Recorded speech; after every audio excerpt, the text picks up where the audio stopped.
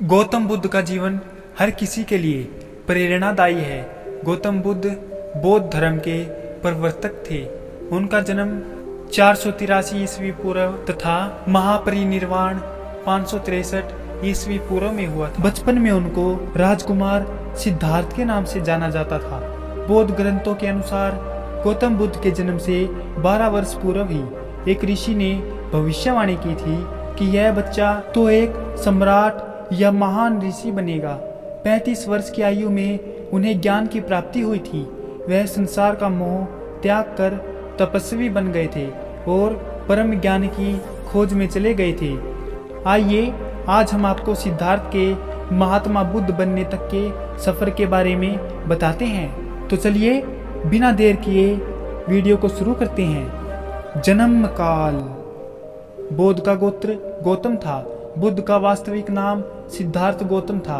उनका जन्म शाक्य गणराज्य की राजधानी कपिलवस्तु के निकट लुम्बिनी में हुआ था।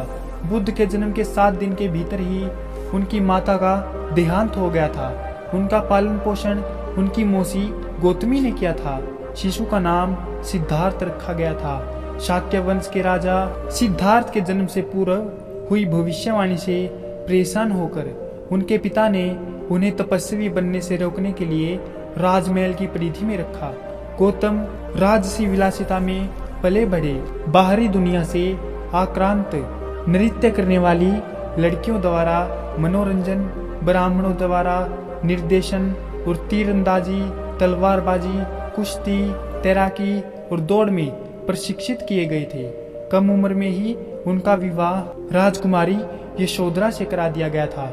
दोनों का एक पुत्र भी हुआ था जिनका नाम राहुल था। सिद्धार्थ बचपन से ही अत्यंत करुण हृदय वाले थे। वह किसी का भी दुख नहीं देख सकते थे। इतने प्रयासों के बाद भी 21 वर्ष की आयु में उनकी अपने राज्य कपिलवस्तु की गलियों में उनकी दृष्टि 4 दृश्यों पर पड़ी। ये दृश्य थे: एक वृद्ध विकलांग व्यक्ति, एक रोगी, एक पार्थिव शरीर और एक साधु। इन 4 दृश्यों को देखकर सिद्धार्थ समझ गए थे कि सबका जन्म होता है, सबको बुढ़ापा आता है, सबको बीमारी होती है और एक दिन सब मृत्यु को प्राप्त होते हैं। इससे व्यथित होकर उन्होंने अपना धनवान जीवन, अपनी पत्नी, पुत्र एवं राजपाट का त्याग करते हुए साधु का जीवन अपना लिया और जन्म, बुढ़ापा, दर्द, बीमारी और मृत्यु से जुड़े सवालों की खोज में निकल गए। ज्ञान की प्राप्ति। सिद्धार्थ ने अपने प्रश्नों के उत्तर ढूंढने शुरू किए। समुचित ध्यान लगा पाने के बाद भी उन्हें इन प्रश्नों के उत्तर नहीं मिले। फिर उन्होंने तपस्या भी की, लेकिन अपने प्रश्नों के उत्तर नहीं मिले। इसके बाद कुछ और साथियों के साथ अधिक कठोर तपस्या प्रारंभ की। ऐसा करते हुए 6 वर्ष व्यतीत हो गए। भूख से व्याकुल, मृत्यु के निकट पहुंचकर बिना प्रश्नों के उत्तर पाए वह कुछ और करने के बारे में विचार करने लगे थे। एक गांव में भोजन की तलाश में निकल गए। फिर वहां थोड़ा सा भोजन ग्रहण किया। इसके बाद वह कठोर तपस्या छोड़कर एक पीपल के पेड़, जो एक बोधि वृक्ष के नाम से जाना जाता है, के नीचे प्रतिज्ञा करके बैठ गए। वह सत्य जाने बिना उठेंगे नहीं। वह सारी रात बैठे रहेंगे और माना जाता है यही वह क्षण था जब सुबह के समय उन्हें पूर्ण ज्ञान की प्राप्ति हुई थी। उनकी अविद्या नष्ट हो गई। उन्हें निर्वाण यानी बोधि प्राप्त हुई और वे 35 वर्ष की आयु में बुद्ध बन गए। बुद्ध को शाक्य मुनि के रूप में भी जाना जाता है।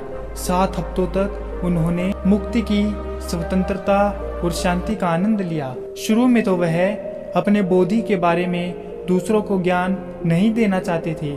बुद्ध का मानना था कि अधिकांश लोगों को समझाना बहुत मुश्किल होगा।